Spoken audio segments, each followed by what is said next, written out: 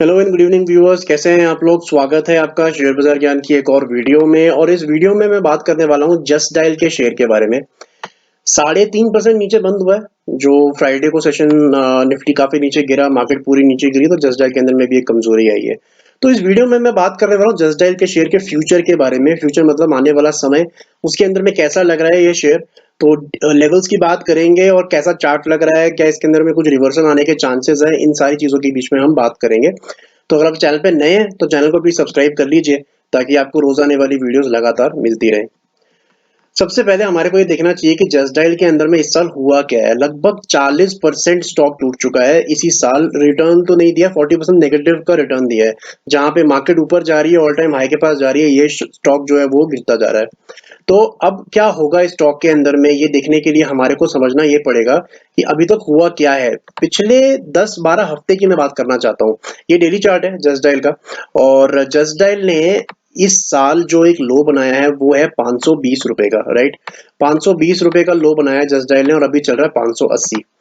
जो इंटरेस्टिंग चीज है, जो मेरे को लग रहा है जस्ट डायल के अंदर में जो थोड़ी प्रॉब्लमेटिक है, थोड़ी नहीं काफी प्रॉब्लमेटिक है, वो उसके वीकली चार्ट्स के ऊपर है। ये वीकली चार्ट है। एक कैंडल एक हफ्ते को रिप्रेजेंट करती है, और मेरा पूरा वीडियो का कंसंट्रेशन सिर्फ इन कैंडल्स के ऊपर है, बाकी किसी के ऊपर नहीं है। जो लोग मेरी वीडियो पहली बार ही देख रहे हैं, मैं सिर्फ दो एवरेजेस यूज करता हूँ। रेड वाली इज द 20 मूविंग एवरेज, और the black one is the 200 moving average. ये दो ही एवरेजेस मैं यूज करता हूँ। अब हुआ क्या है आपको ये समझना चाहिए। देखिए, एक तो जो ये बड़ी रेड कैंडल बनी थी आई थिंक जून के महीने में, जिसका हाई था, अब इस बात को आप जरा गौर से समझिएगा। इसका जो हाई था जून के अंदर में वो था 609.80, ठीक है। 609.8 इसका हाई था। अब अगर जसडाइल को यहां से कम बैक करना था तो इसको सिर्फ एक काम करना था कि इसका जो हाई है, रेड कैंडल का जो हाई है, उसको निकालना था, जो कि था 609.80। अब उसके अंदर में क्योंकि ये वीकली कैंडल है, तो आप गिनते जाइए कितने हफ्ते लग जाते हैं इसको ये हाई निकालने के लिए। 1 2 3 4 5 6 7 8 9 10 हफ्ते, 10 वीक्स लग गया जस्ट डायल को ये पूरा का पूरा कैंडल को निकालने के लिए। और वो भी बड़े माइन्यूट तरीके से निकाला है। कैसे?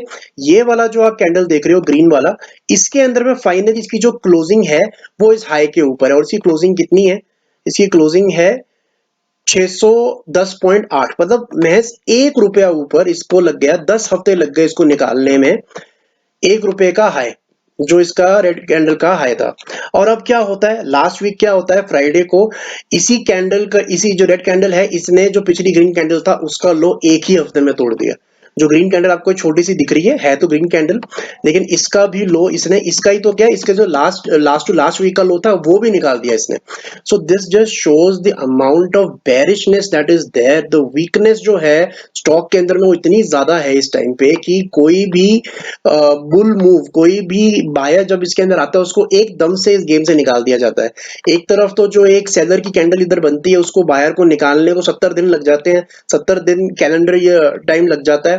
और उसके बाद में जब फाइनली वो एक हाई बनाता है, उसके 1-2 हफ्ते के अंदर ही लास्ट 2 वीक्स के लो टूट जाते हैं, और 580 पे अब ये स्टॉक खड़ा हुआ है। अब यहाँ पे दो प्रॉब्लम्स हैं। पहली प्रॉब्लम कि जब तक अब इस हफ्ते का जो हाई था, जो कि है 613.55, जब तक 613.55 के ऊपर क्लोजिंग नहीं देता है तब तक ये कहीं नहीं जाने वाला शेयर ऊपर। और साथ ही साथ में जो इसका 200 daily moving weekly moving average है, ये भी बहुत बड़ा एक रेजिस्टेंस इसके लिए बनेगा। और इसका लेवल फिलहाल चल रहा है 645 के करीब। तो 613 पहला रेजिस्टेंस और 645 दूसरा रेजिस्टेंस, जो कि बहुत ही तगड़े रेजिस्टेंस है ऊपर की तरफ जस्ट डायल के लिए। दूसरी चीज जो इसके अंदर मुझे अच्छी नहीं लग रही, वो ये है कि जो इन दोनों एवरेजेस के बीच का गैप है, मैंने हमेशा अपनी वीडियोस में इस बात पे जोर दिया है कि जब भी इन दो एवरेजेस के बीच का गैप कम होगा, वहां से एक नया ट्रेंड शुरू होगा, चाहे वो ऊपर का हो चाहे वो नीचे का हो। एंड सैडली आई थिंक यहाँ पे जस्ट डायल के अंदर में देखिए, यहाँ पे भी आप नोटिस कर सकते हो कि जब भी गैप कम होता है, वहीं से एक नया ट्रेंड जो है नीचे की तरफ में शुरू होता है। और जब भी गैप थोड़ा सब्सटेंशियली बड़ा हो जाएगा, वहीं से एक ट्रेंड रिवर्सल आएगा। सो आई थिंक जस्ट डायल के अंदर में गिरावट कहीं से भी खत्म नहीं हुई है। और इसका जो इस साल का लो है 520, ये अब उसकी तरफ जाने वाला है। अब 520 को तोड़ता है या वहां से बच जाता है, ये टाइम बताएगा। जब तक अभी 614 के ऊपर बंद नहीं होता, तब तक इसके अंदर में कोई भी स्ट्रेंथ नहीं आने वाली।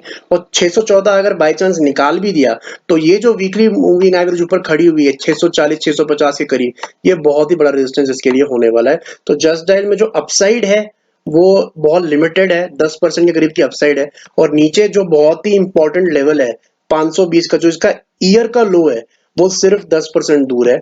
तो बीचों बीच स्टॉक खड़ा हुआ है, और अगर 520 निकालेगा तो ये और नीचे जाएगा। तो थोड़ा सा आप ध्यान रखिए, अगर आप जस्ट डायल में निवेशित हो या फिर अगर आप लेना चाहते हो तो अभी तो बिल्कुल मत लीजिए, बिकॉज इसके अंदर में गिरावट जो है वो खत्म नहीं हुई है।